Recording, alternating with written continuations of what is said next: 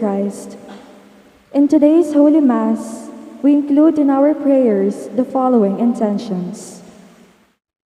For the thanksgiving of Sardas and Luz Medina and family, Frank and May Valdez and family, Paulo Oblaza and family, the Salalila family, REACT Phil's Region 3 officers and members, Juliet Masirag and Marisa Roque and family. For the special intentions of Maria Alicia Salenga, April Joy Sunga, Mary Manette Pineda, the Paldeng family, Mariel Miranda, Joselito Garcia, Dick Galang, Teresa Tapia, Jojo and Janet Villanueva, Ana Dominic Panlilio, Dr. Michael Angelo Garcia, Chris Ann Paed, Romel, Riza and Pauline Del Rosario, and Rowena Songko and family. For the speedy recovery, safety, good health, and complete healing of Father Raul de los Santos, Remigio Pangan, Mario Pasion, Sister Benita Reyes, Melissa Villanueva, Perry Dayrit, Eleanor Ventura, Irene Otencio, Nida Villanueva, Pauline Kerr, Jennifer Lianzana, and all our sick relatives and friends. For the guidance and protection of the Holy Spirit, for the family of Annie Razon, and the family of Antonio and Josefina Guevara, and for the eternal repose of the souls of Manuel, Teresita, and Mark Louis Tongyo, Juanita Lagason, Cesar David, Nelson Garma, Marian Ocampo, Merla Mangalus, Amado, Siriaco and Rodolfo, Victoria, Emiliano and Nieves, Jose, Trina and Perla Yazon, Benedicto, Hernan, Walter, Wilma, Robert, Felicidad, Consorcia, Gregoria, Roberto, Mario, Edgardo, Kimberly, Eligio, Magdalena, Orlando, Orwan, Thelma, Larry, Samson, Renato, Antonio Sr., Francisco, Fe, Ronald, Rodrigo, Nelson, Purificacion, Sergio, Federica, Florentino, Cecilia, Alan, Paz, Amando, Purita, Ricardo, Lorenza, and Ramon, Richard and Regina, Francis, Seferino, Angela, Rustico and Rufino, Olivia, Claro, Petra and Remigio Sr., Victoriana, Wilfredo, Thomas, Gilbert, Jel and Alfredo, Emerenciana, Victorio and Apollonia, Willie, Francisco, Amparo, Nancy and Fernando, Onofre Villanueva Sr., Feli, Esperanza, Remedios and Mario, Agapito, Rondal, Reynaldo, Imiterio, Pedro, Encarnacion and Catalina, Rodinel, and all poor souls in purgatory. We also pray for our safety against the COVID-19 pandemic, for the speedy recovery and complete healing of all those affected by this coronavirus, for the eternal repose of all those who died because of this pandemic, and for the safety of all our frontliners.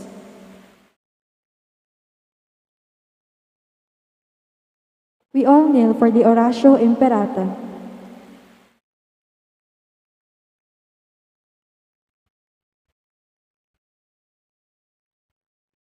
In the name of the Father, and of the Son, and of the Holy Spirit. Amen.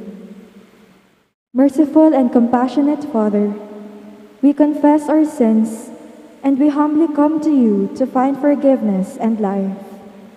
We come to you in our need to seek your protection against the COVID-19 virus that has disturbed and claimed many lives. We ask you now to look upon us with love, and by your healing hand, dispel the fear of sickness and death, restore our hope, and strengthen our faith. We pray that you guide the people tasked to find cures for this disease and to stem its transmission. Bless our efforts to use the medicines developed to end the pandemic in our country. We pray for our health workers that they may minister to the sick with competence and compassion. Grant them health in mind and body, strength in their commitment, protection from the disease. We pray for those afflicted. May they be restored to health. Protect those who care for them. Grant eternal rest to those who have died. Give us the grace in these trying times to work for the good of all and to help those in need.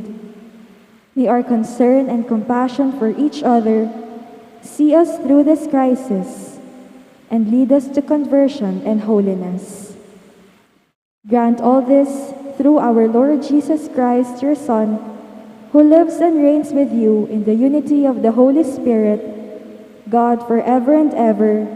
Amen. We fly to your protection, O Holy Mother of God. Do not despise our petition in our necessities, but deliver us always from all dangers. O glorious and blessed Virgin. Amen. Virgen de los Remedios, health of the sick, Saint Joseph, Saint Raphael the Archangel, Saint Jude Thaddeus, San Roque, San Lorenzo Ruiz, San Pedro Calungsod, Santo Cristo del Perdón. In the name of the Father, and of the Son, and of the Holy Spirit. Amen.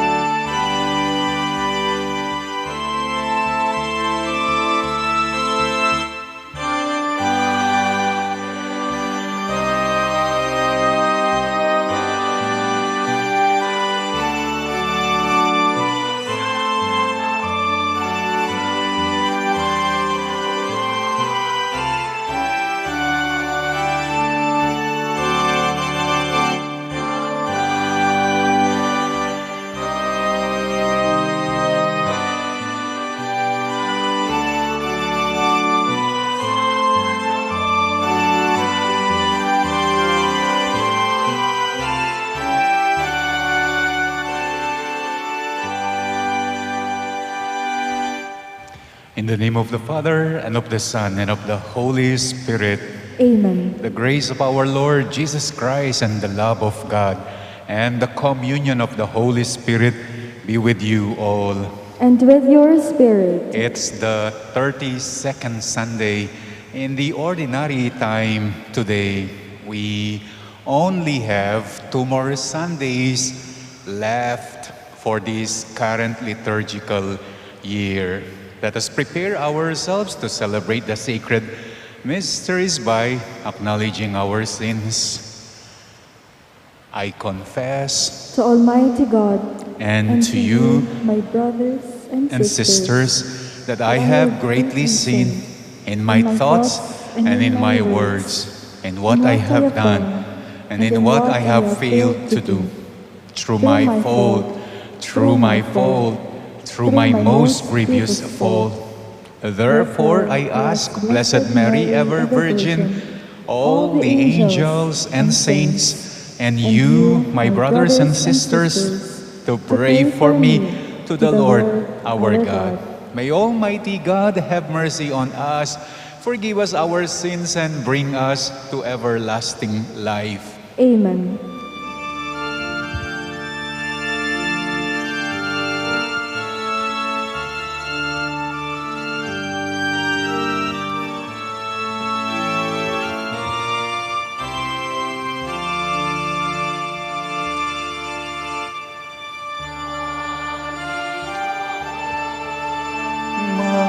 Maawa ka, Panginoon, maawa ka.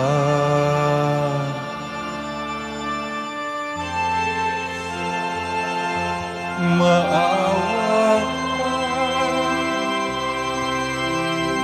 Kristo, maawa ka sa amin.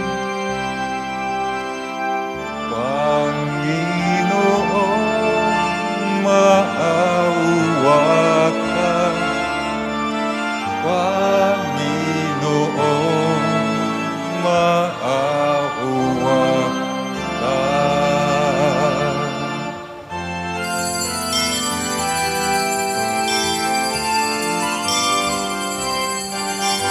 Papuri sa Diyos, papuri sa Diyos, sa kaitaasan.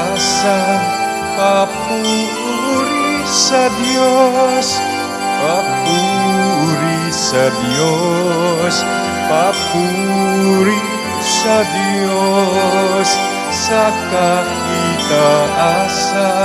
Papuri sa Diyos.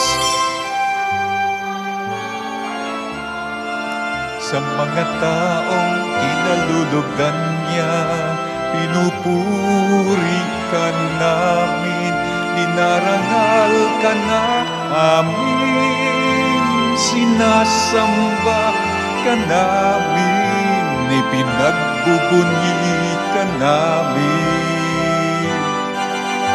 Papuri sa Diyos, papuri sa Diyos, sa kaitaasan. Papuri sa Diyos.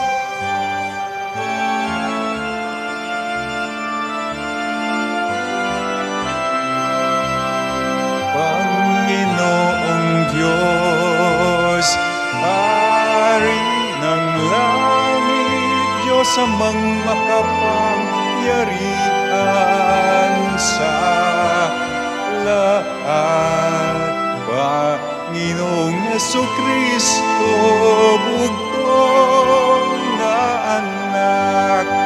Panginoong Diyos, Kordero ng Diyos, anak ng Ama. Papuri sa Diyos, papuri sa Diyos, sa kaitaasan. Papuri sa Diyos.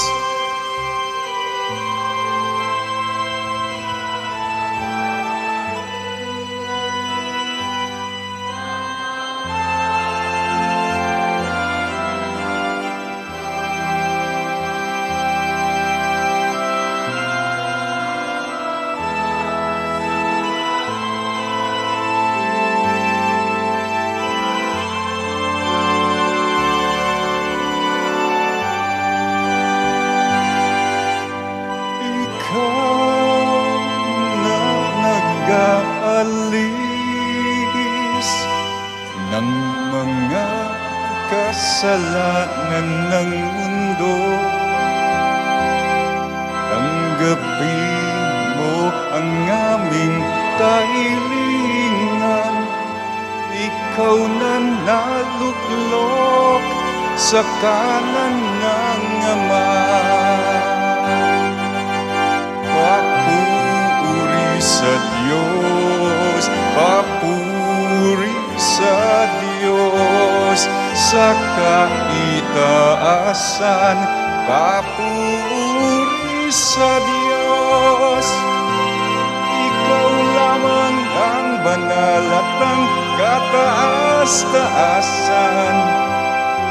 Ikaw lamang, O Jesucristo, ang Panginoon, kasama ng Espiritu Santo sa kadakilaan ng Diyos Ama. Amen. Papuri sa Diyos, papuri sa Diyos, sa kaitaasan, papuri sa Diyos, sa kaitaasan, papuri sa Diyos. Let us pray. Almighty and merciful God, graciously keep from us all adversity, that unhindered in mind and body alike, we may pursue in freedom of heart the things that are yours. Through our Lord Jesus Christ, your Son, who lives and reigns with you in the unity of the Holy Spirit, God, forever and ever. Amen. Please be seated as we listen to the liturgy of the Word.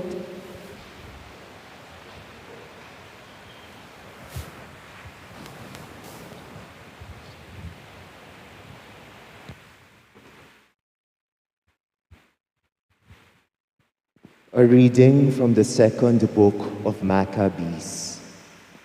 It happened that 7 brothers with their mother were arrested and tortured with whips and scourges by the king, to force them to eat pork in violation of God's law.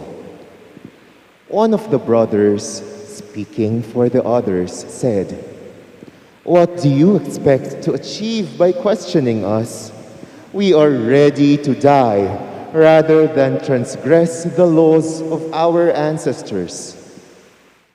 At the point of death, he said, "You accursed fiend, you are depriving us of this present life, but the King of the world will raise us up to live again forever. It is for his laws that we are dying." After him, the third suffered their cruel sport. He put out his tongue at once when told to do so, and bravely held out his hands as he spoke these noble words. "It was from heaven that I received these. For the sake of his laws, I disdained them. From him I hope to receive them again." Even the king and his attendants marveled at the young man's courage, because he regarded his sufferings as nothing. After he had died, they tortured and maltreated the fourth brother in the same way. When he was near death, he said, "It is my choice to die at the hands of men, with the hope God gives of being raised up by him. But for you, there will be no resurrection to life." The word of the Lord. Thanks be to God.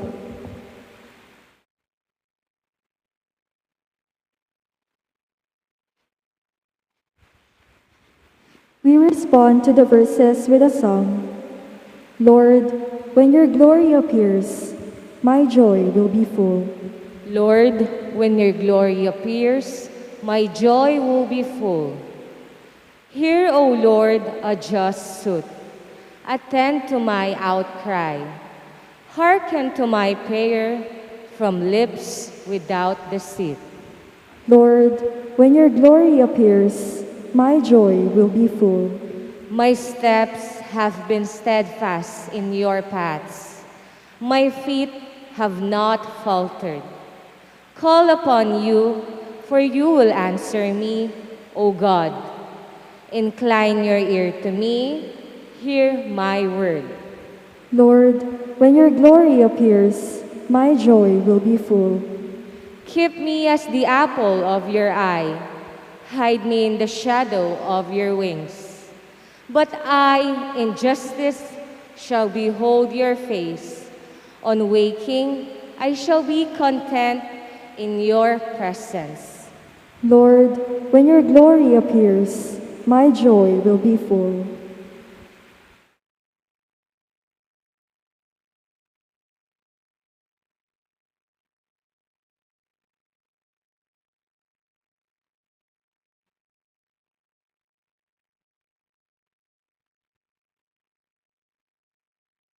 A reading from the second letter of St. Paul to the Thessalonians.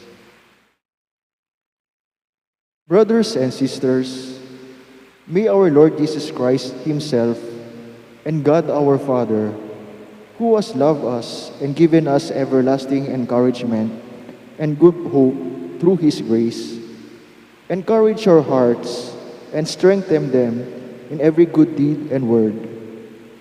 Finally, brothers and sisters, pray for us so that the word of the Lord may speed forward and be glorified, as it did among you, and that we may be delivered from perverse and wicked people.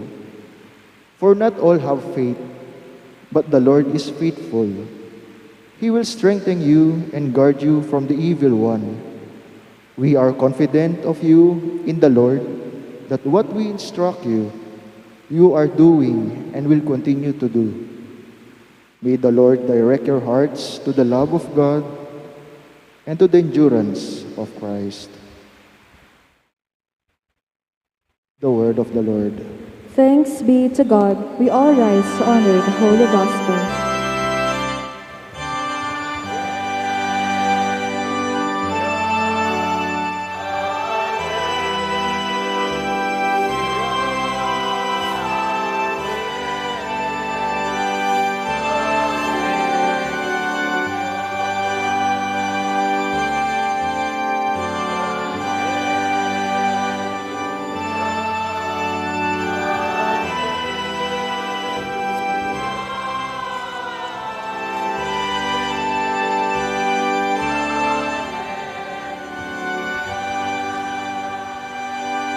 Altogether, Jesus Christ is the firstborn of the dead.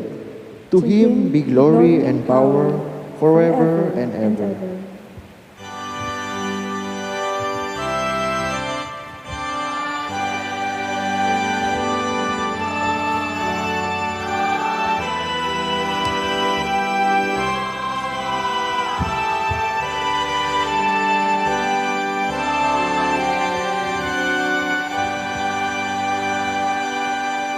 The Lord be with you. And with your spirit. A reading from the Holy Gospel according to Luke. Glory to you, O Lord.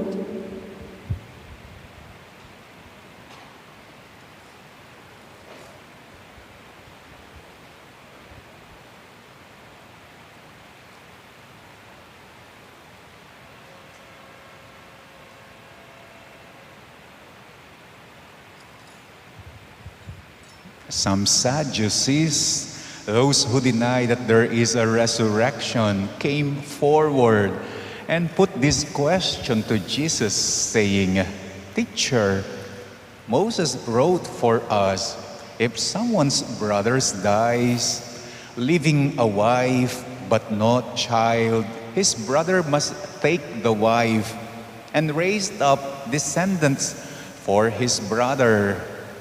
Now there were 7 brothers. The first married a woman, but died childless. And then the second and the third married her.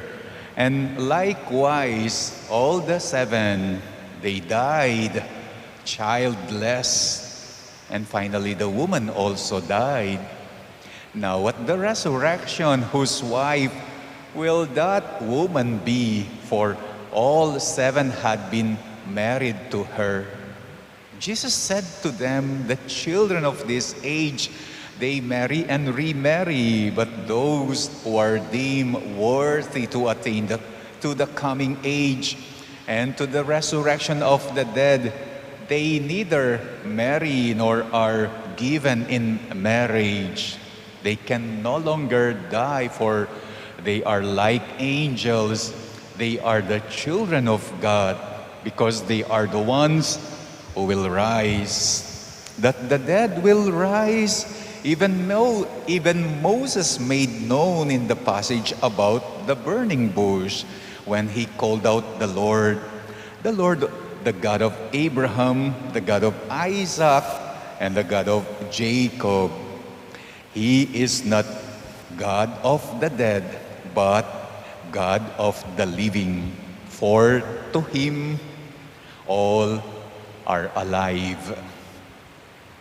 My dear brothers and sisters, the Gospel of the Lord.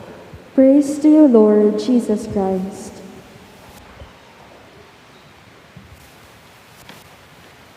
Sa may Betis Guagua, hindi lang daw isang araw ang kanilang undas, ang kanilang araw ng mga patay.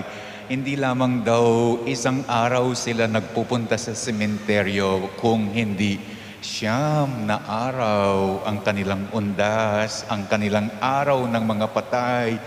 9 na araw silang nagpupunta sa sementeryo. Ganyan daw nila kamahal ang kanilang mga patay. Ganyan daw nila kamahal ang mga patay. Pero did you know, hindi lahat ganyan kung magmahal sa mga patay. Ganyan kamahal ang mga patay nila.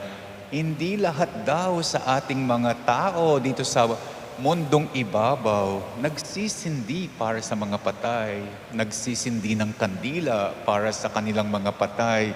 Hindi lahat daw tayong tao dito sa mundong ibabaw naniniwala na buhay ang mga patay. Just like the Sadducees in the Gospel for today.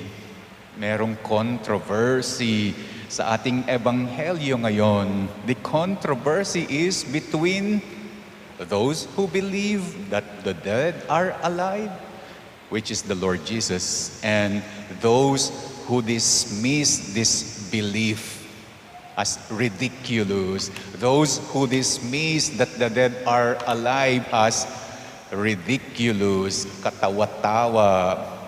Ridiculous, sabi ng mga Sadducees. Nagbigay pa nga sila ng isang halimbawa. Bakit ridiculous that the dead are alive? Merong 7 lalaking magkakapatid, sabi nila sa Panginoong Jesucristo. Nag-asawa yung panganay, ngunit namatay na walang anak. Ang sumunod, the second kapatid na lalaki, nagpakasal sa widow. Namatay din, walang naging anak. The same is true sa pangatlo, pang-4, pang-5, pang-6 at pang-7. Lahat ng mga lalaking magkakapatid namatay, walang naging anak sa babaeng nabalo. Namatay din yung babae, sabi ng Ebanghelyo. Now, if you believe that the dead are alive, there will be confusion. Sino sa 7 lalaking magkakapatid ang magiging asawa ng babae since nakasal lahat sila sa kanya? Hindi ba ridiculous? If the dead are alive, sabi ng mga Sadducees. For the Sadducees, ang mga patay, patay na raw. Wala na. They do not believe in the resurrection. For the Sadducees, mas mainam daw ang bigyan ng halaga yung mga buhay, not the dead. And did you know, hindi lamang noon na merong hindi naniniwala tulad ng mga Sadducees. Even until now, in our own time, meron ding mga hindi naniniwala. May bumabaktikos, may pumupuna, may pumipintas sa ating Catholic tradition every November 2. Ang sabi nila, wala na nga silang ilong. Paano pa nila maaamoy ang mga bulaklak na daladala ninyo? Wala na nga silang mga mata. Paano pa nila makikita ang mga kandilang sinisindihan ninyo? Wala na nga silang tenga. Paano pa nila maririnig ang mga dasal na iniaalay nyo sa kanila? Yan ang mga pintas, batikos, puna ng mga hindi naniniwala. The dead are alive. Subalit, sa Diyos ng buhay, sa buhay na Diyos, walang hindi buhay. Sa Diyos ng buhay, sa buhay na Diyos, walang hindi buhay. Buhay ang lahat dahil Diyos siya ng buhay. Diyos siya ng mga buhay. Sabi ng Ebanghelyo, hindi siya Diyos ng mga patay. He is the God of the living, not the God of the dead. Alam niyo raw, ang ating buhay hindi nanggagaling sa tao. Nanggagaling ang ating buhay, ang bawat isa sa atin, nanggagaling ang ating buhay sa Diyos ng buhay. Sabi nga sa first reading on verse 9, binubuhayan niya tayo. The King of the world will rise us up. Buhay ang lahat sa Kanya. In Him, for in Him all are alive. Ang sabi ng Ebanghelyo. Kaya nga ba, ang sino man na sa Diyos nabubuhay kailanman, death cannot put an end to such life. Death cannot put an end to such person. Ang mga taong nabubuhay sa Diyos, ang mga taong sanay na napupunuan ng Diyos dito pa sa lupa habang sila ay buhay, sila daw yung mga hindi natatakot sa kawalan. Sila daw ang hindi natatakot sa kamatayan. They see death not as buhay na nawawalan. They see death as the God that fills up. So pag may namamatay, hindi buhay na nawawala ang nakikita nila. Ang nakikita nila, oh, it's God that fills us up with life.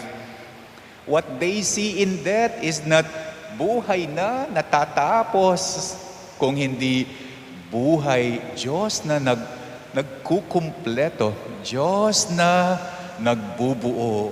When they see death, hindi nila nakikita buhay na nauubos. Ang nakikita nila, it's God that dwells in Diyos ang maglulan. Kumbinsi nilang binubuhay, the one that we profess in the Apostles' Creed. Sinasabi natin, and I look forward to the resurrection of the dead. They are truly convinced on what they profess during the mystery of faith. Sabi natin, Christ has died, Christ is risen. Unlike us, every Sunday we profess that in the Apostles' Creed, and I look forward to the resurrection of the dead. Tapos during the mystery of faith, Christ has died, Christ is risen. Pero kapag nagkasakit ka na, kapag naharap ka na sa kamatayan, natatakot na tayo sa kawalan. Hindi natin tulad sila. They see not death, but God that fills us up. God that complete us. God that dwells. Alam niyo ba yung Tradition nating mga Katoliko every November to our reverence for the dead.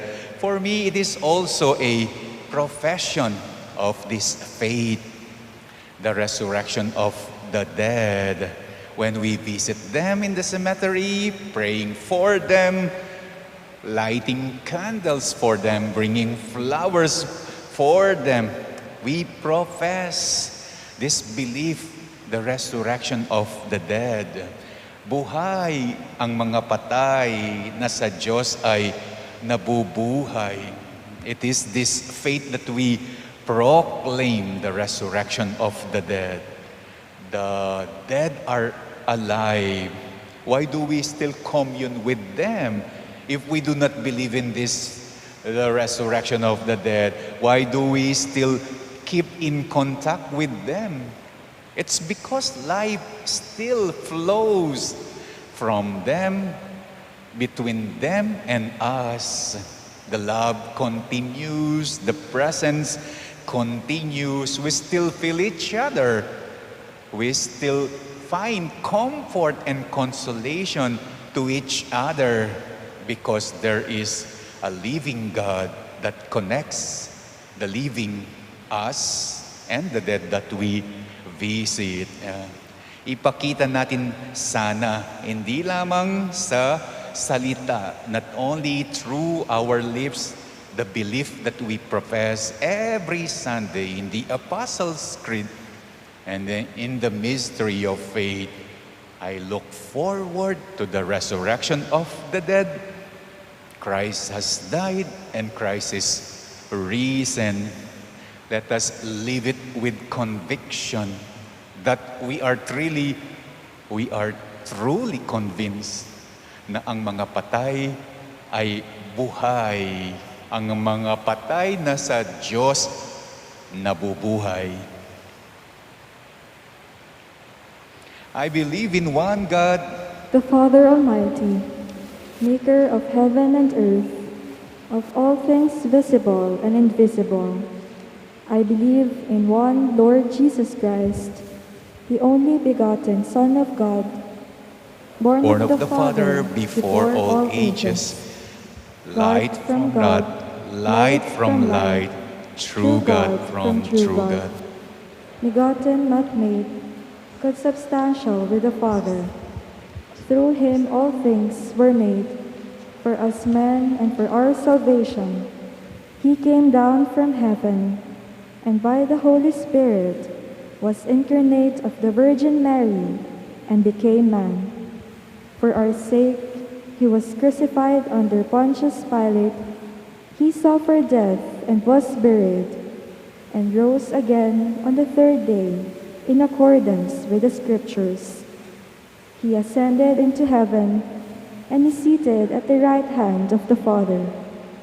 He will come again in glory to judge the living and the dead, and his kingdom will have no end.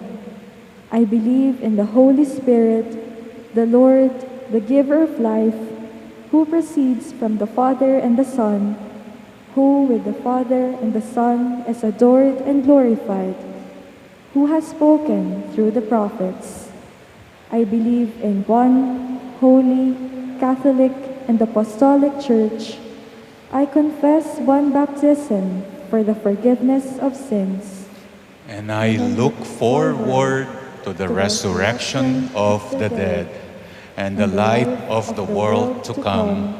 Amen. Pasensya na po, hindi ko mabasa ang aking kopya because of yung nasisilaw ako from outside.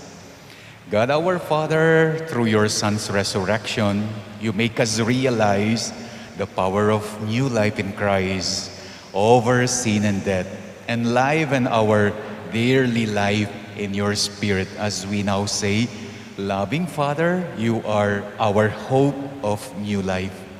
Loving Father, you are our hope of new life. Loving Father, grant us your church, life-giving witnessing, so that all that are living in sin and death may see hope of new life in you. We pray Loving Father, you are our hope of new life. Loving Father, help our national and local leaders see your light and hope amidst the alluring life of darkness offered by the world. We pray. Loving Father, you are our hope of new life. Loving Father, make us realize that our life is an opportunity to participate in your resurrection. May we be more sensitive to your Spirit as we face another week of life and work. We pray. Loving Father, you are our hope of new life. Let us also pray for the following, for the thanksgiving of Sardas and Luz, Frank and May, Paulo, Salalila family, Juliet, Marisa, the RIAC Philippines Region 3 officers and members, together with their whole families. Let's pray for the special intention of Maria Alicia, April Joyce, Mary Manette, Mariel, Ocelito, Dick, Teresa, Jojo and Janet, Anna, Dominic, Michael, Angelo, Chris, Ann, Rommel, Riza and Pauline, and Rowena and family. Let us also pray for the speedy recovery, good health, and healing of Among Raul, Remigio, Mario, Sister Benita, Melissa, Perry, Eleanor, Irene, Nida, Pauline, Jennifer, our sick relatives and friends, and all who have COVID at present. Let us pray for the guidance and protection of the Holy Spirit for the family of Annie and the family of Antonio and Josepina. And may the loving Father embrace our departed loved ones as they wait for their glorious resurrection, especially Manuel, Teresita, and Mark Louis, Juanita, Cesar, Nelson, Marian, Merla, Amado, Siriaco and Rodolfo, Victoria, Emiliano and Nieves, Jose, Trina and Perla, Benedicto, Jernan, Walter, Wilma, Robert, Felicidad, Consorcia, Gregoria, Roberto, Mario, Edgardo, Kimberly, Elio, Magdalena, Orlando, Orwan, Telma, Larry, Samson, Renato, Yasuhiro, Siu, Inchi, Antonio Sr., Francisco Fe, Ronald, Rodrigo Nelson, Purificacion, Sergio, Federico, Florentino, Cecilia, Alan Paz, Amando, Porita, Ricardo, Lorenza, Ramon, Richard and Regina, Francis, Seferino, Angela, Rustico, Rufino, Olivia, Claro, Petra, Remillo Sr., Victoriana, Wilfredo, Tomas, Gilbert, Gel, Alfredo, Emerenciana, Victorio, Apolonia, Willie, Francisco, Amparo, Nancy, and Fernando, Onofre, Feli, Esperanza, Remedios, and Mario, Agapito, Rondal, Reynaldo, Miterio, Pedro, Encarnacion and Catalina, Rodinel, all the poor souls in purgatory, all the souls who have died because of the pandemic.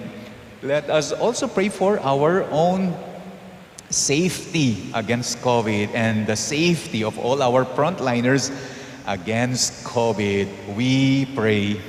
Loving Father, you are our hope of new life.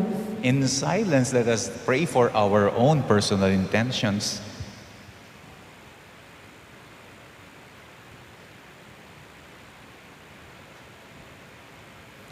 Loving Father, through your Son, the firstborn of the dead, you make us hope and work for communion and salvation.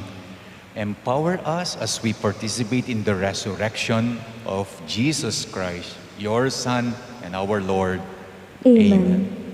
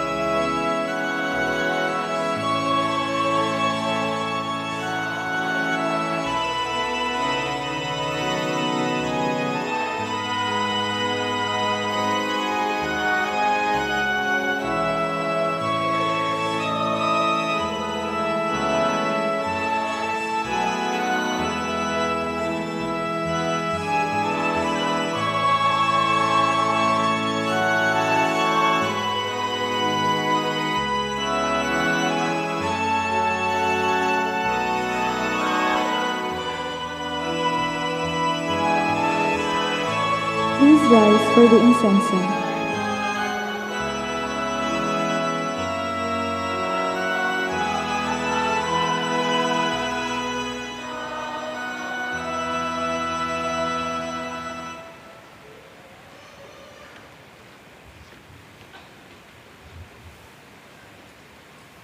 Pray, brethren, that my sacrifice and yours may be acceptable to God, the Almighty Father. May the Lord accept the sacrifice at your hands for the praise and glory of his name, for our good and the good of all his holy church. Let us pray. Look with favor, we pray, O Lord, upon the sacrificial gifts offered here, celebrating in mystery the passion of your Son. We may honor it with loving devotion through Christ our Lord. Amen. The Lord be with you. And with your spirit. Lift up your hearts. We lift them up to the Lord. Let us give thanks to the Lord our God. It is right and just. It is truly right and just, our duty and our salvation, always and everywhere, to give you thanks, Lord, Holy Father, Almighty and eternal God. For in you we live and move and have our being. And while in this body, we not only experience the daily effects of your care, but even now we already possess the pledge of life eternal, having received the first fruit of the Spirit through whom you raised up Jesus from the dead. We hope for an everlasting share in the Paschal mystery. And so with all the angels, we praise you as in joyful celebration, we acclaim.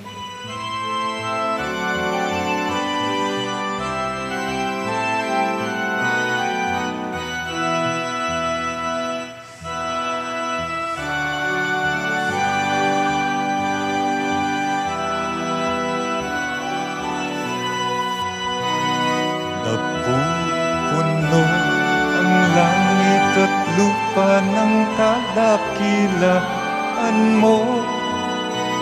Hosana, Hosana, Hosana sa kaitaasan.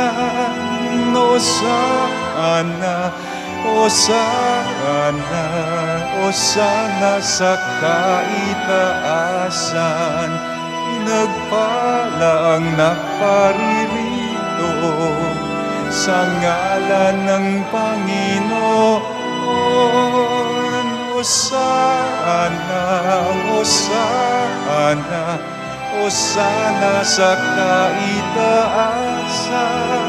Hosana, Hosana, Hosana sa kaitaasan. You are indeed holy, O Lord, the fount of all holiness. Make holy, therefore, these gifts, we pray, by sending down your Spirit upon them like the dewfall, so that they may become for us the body and blood of our Lord Jesus Christ. At the time he was betrayed and entered willingly into his passion, he took bread and, giving thanks, broke it and gave it to his disciples, saying, "Take this, all of you, and eat of it, for this is my body, which will be given up for you."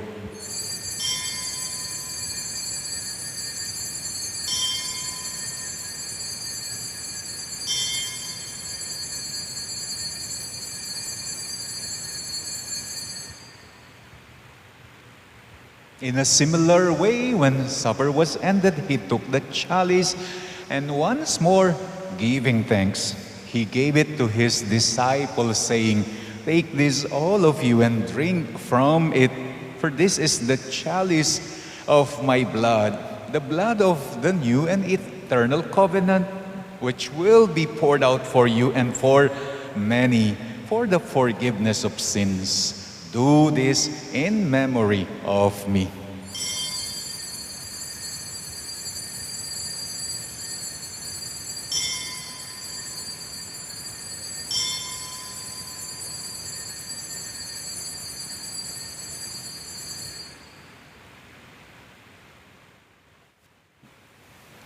The mystery of faith.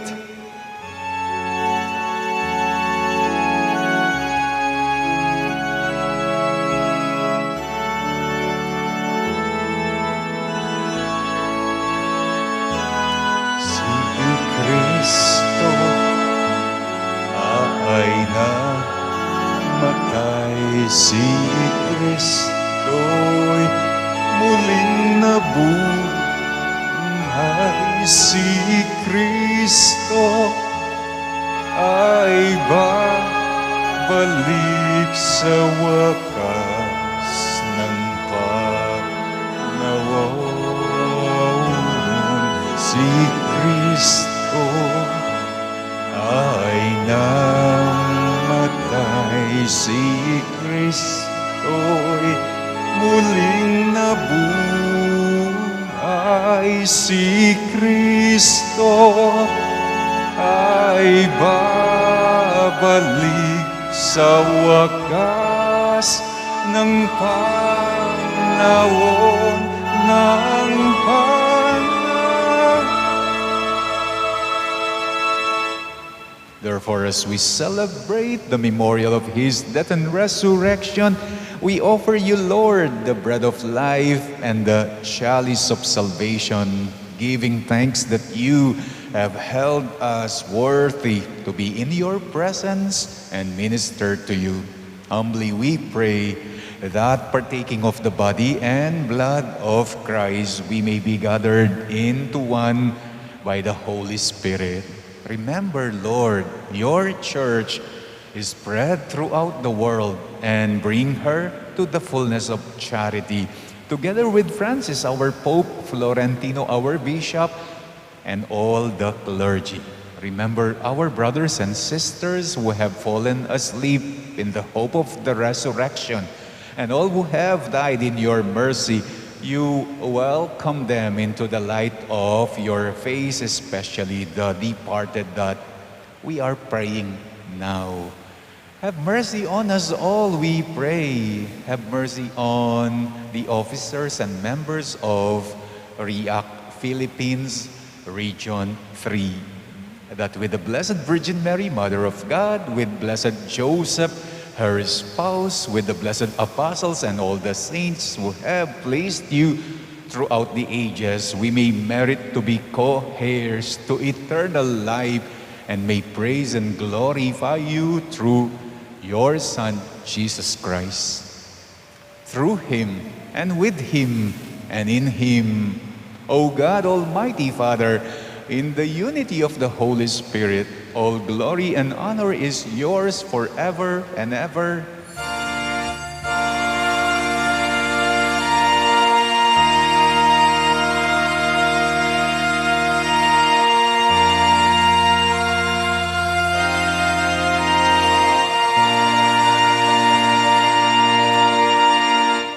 At the Savior's command and formed by divine teaching, we dare to pray.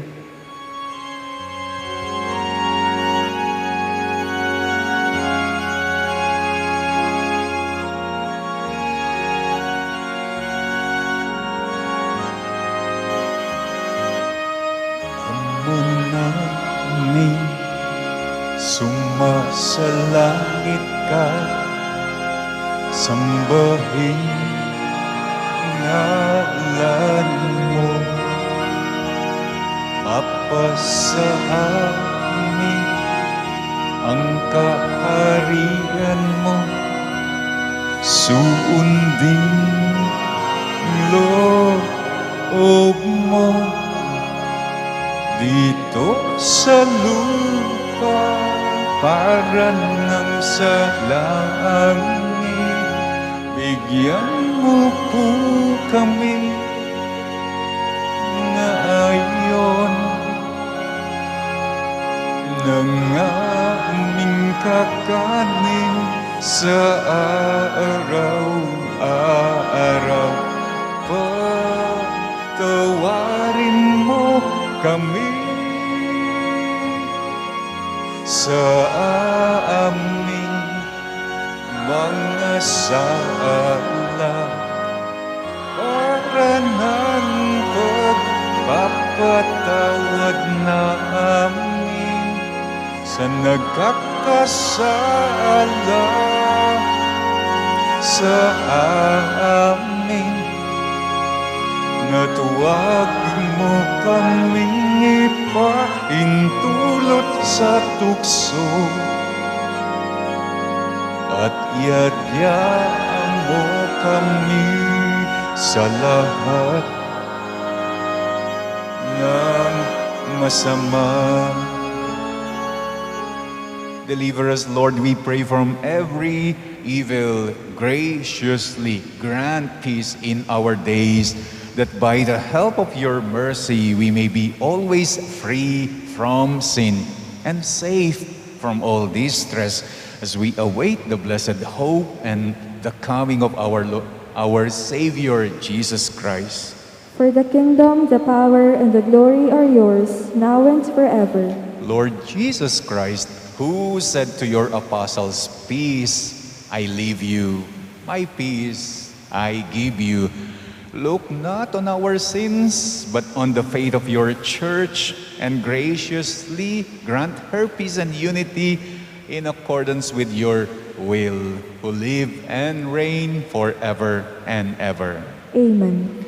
The peace of the Lord be with you always. And with your spirit. Let us now offer each other the sign of peace.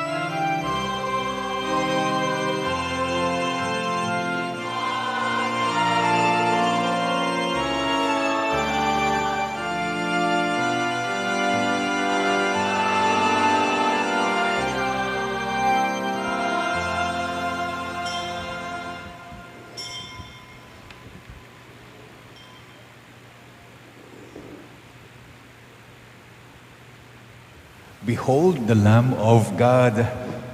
Behold him who takes away the sins of the world.